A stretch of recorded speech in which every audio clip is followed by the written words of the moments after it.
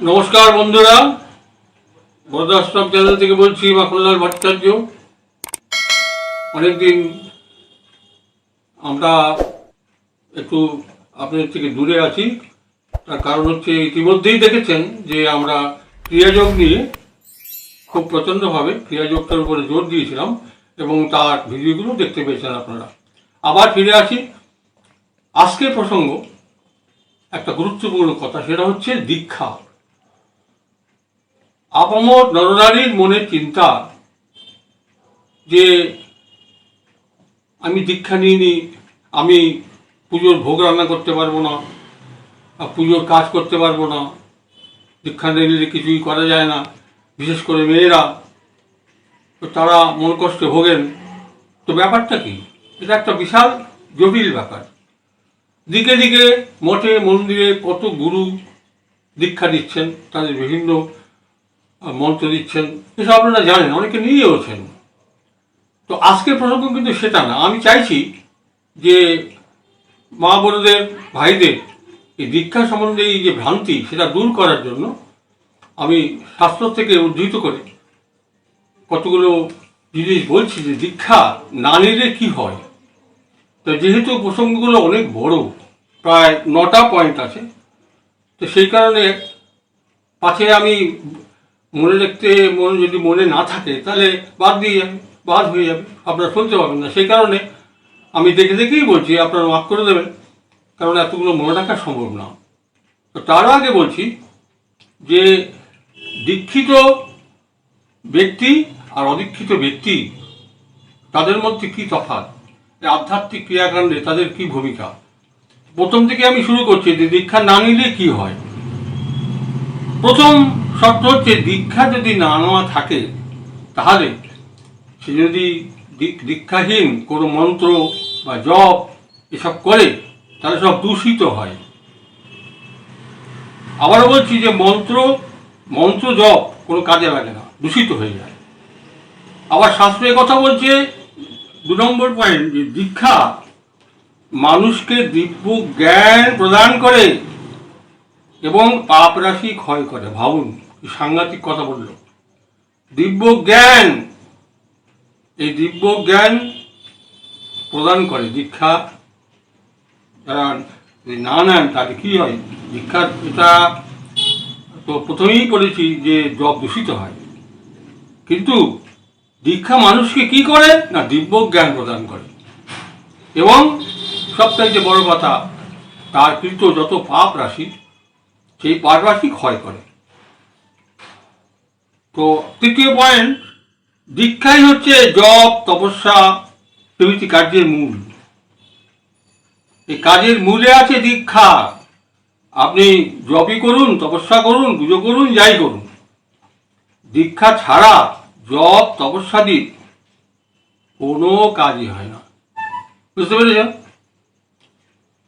চতুর্থ পয়েন্ট, যে ব্যক্তি দীক্ষিত না হয়ে জপ পূজাদি কার্য করে তার সব কার্যই পাষাণে রোপিত বীজের ন্যায় নিষ্ফল হয়। পাষাণে যেরকম বীজ ফেললে সেটা গাছ গজায় না, বেকার নষ্ট হয়ে যায় বীজটা, সেরকম দীক্ষিত না হয়ে যদি জপ পূজাদি এসব করে তাহলে সব কাজ ব্যর্থ হয়ে যায়। 5 নম্বর, যে দীক্ষাহীন ব্যক্তির সিদ্ধি বা সদ্গতি কিছুই হয় না। সদ্গতি বুঝুন তো? সদ্গতি শব্দের অর্থ হচ্ছে যে নিচু জনিক প্রাপ্তি, আর ঊর্ধ্বগতি স্বর্গের অভিমুখে ঊর্ধ্বগতি।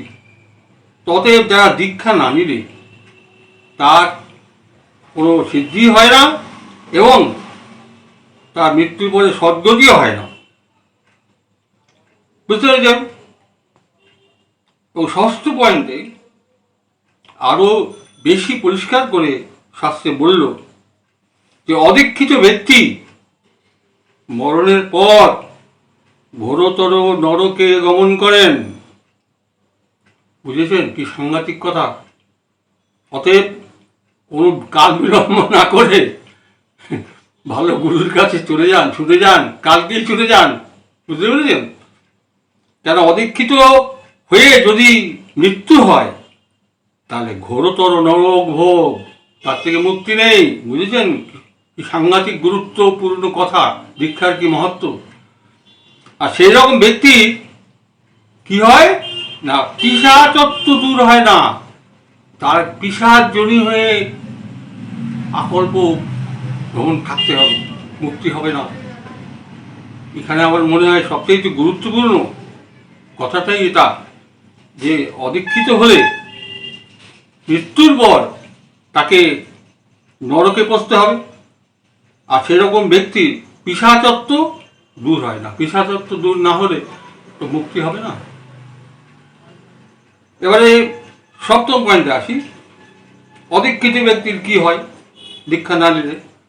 অদীক্ষিত ব্যক্তির তপস্যা, নিয়ম, ব্রত, তীর্থাগমন, শারীরিক পরিশ্রম দ্বারা কোনো কাজই সিদ্ধ হয় না, অর্থাৎ পুণ্য সঞ্চয় হয় না। তাহলে বুঝেছেন, এই যে দেখতে পাচ্ছেন তীর্থস্থানে, বিভিন্ন দেবদেবীর স্থানে লক্ষ লক্ষ কোটি কোটি নরনারী ছুটছে, আসলে কথাটি হচ্ছে এই, যদি অদীক্ষিত হয় তাহলে তার এইসব নিয়ম, ব্রত, তীর্থগমন, তপস্যা, শারীরিক পরিশ্রম কোনো কাজই হয় না, অর্থাৎ সেই শরীর দিয়ে পুণ্য সঞ্চয় করা যায় না। ভাইরা, বন্ধুরা, মায়েরা, ভালো করে শুনুন কথাটা। অদীক্ষিত হয়ে পুণ্য সঞ্চয় করা যায় না। আপনি তীর্থেই যান আর পূজা পার্বণই করুন, ব্রত পালন করুন, কোনো লাভ নেই। বুঝেছেন? তা কোনো রকম তার পুণ্য সঞ্চয় হয় না। এবারে অষ্টম পয়েন্টে গিয়ে দেখছি অদীক্ষিত ব্যক্তির দোষ।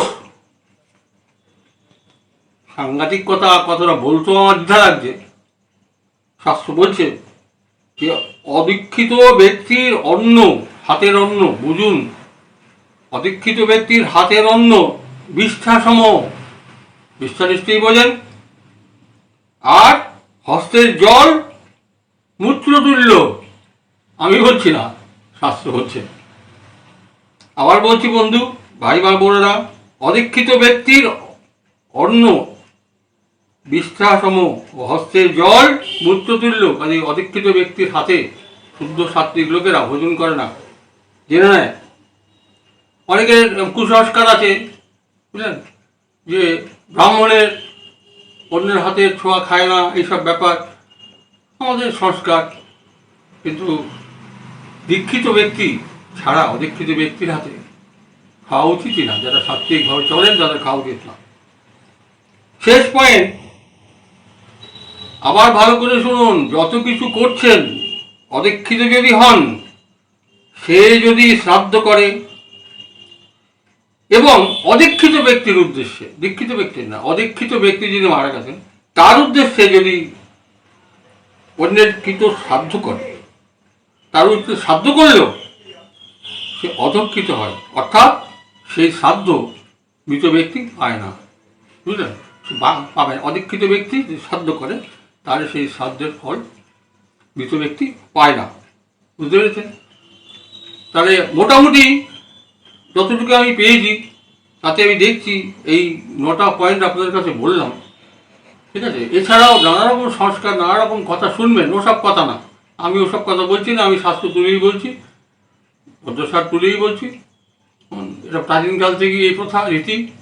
কাজেই মনের দ্বন্দ্ব, মনের সংশয়, এরকম লোকের কথা শুনে না কাটিয়ে আমি যা বললাম, আমাদের এই ভিডিওটা শুনে আপনি শুনলেন এবং বুঝতে পারলেন ব্যাপারটা কী।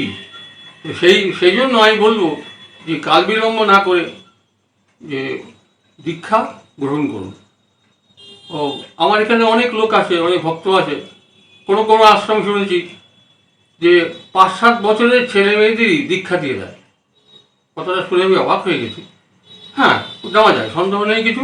বললেও যে ওই বয়সে দীক্ষা নিলে আরও মনের মধ্যে যে আধ্যাত্মিক ভাবটা, সেটা ছেলেবেলা থেকেই সুপ্রতিষ্ঠিত হয় এবং আকর্ষণ হয়। এবং যার ফলে জীবাত্মাটা পরিষ্কার হয়। আমি বললাম খুব ভালো নিয়ম, সন্দেহ নেই কিছু। যদিও এখানে দীক্ষার কোনো সময় কাল সব কিছুই লেখা আছে শাস্ত্রে, সেগুলো জটিল, ভীষণ জটিল, অনেক সময় সাপেক্ষ। প্রকৃতপক্ষে শাস্ত্রীয় মতে দীক্ষা দেওয়া খুব শক্ত, সময় সাপেক্ষ এবং কষ্টকরও বটে যিনি দীক্ষা নেন। কিন্তু বর্তমানকালে বিভিন্ন জায়গা থেকে অতি সহজেই দীক্ষা দিয়ে দিচ্ছে, কোনো মন্ত্র বলে দিচ্ছে, সেগুলোই করছে লোকে। আমার সে সম্বন্ধে কিছু বক্তব্য নেই।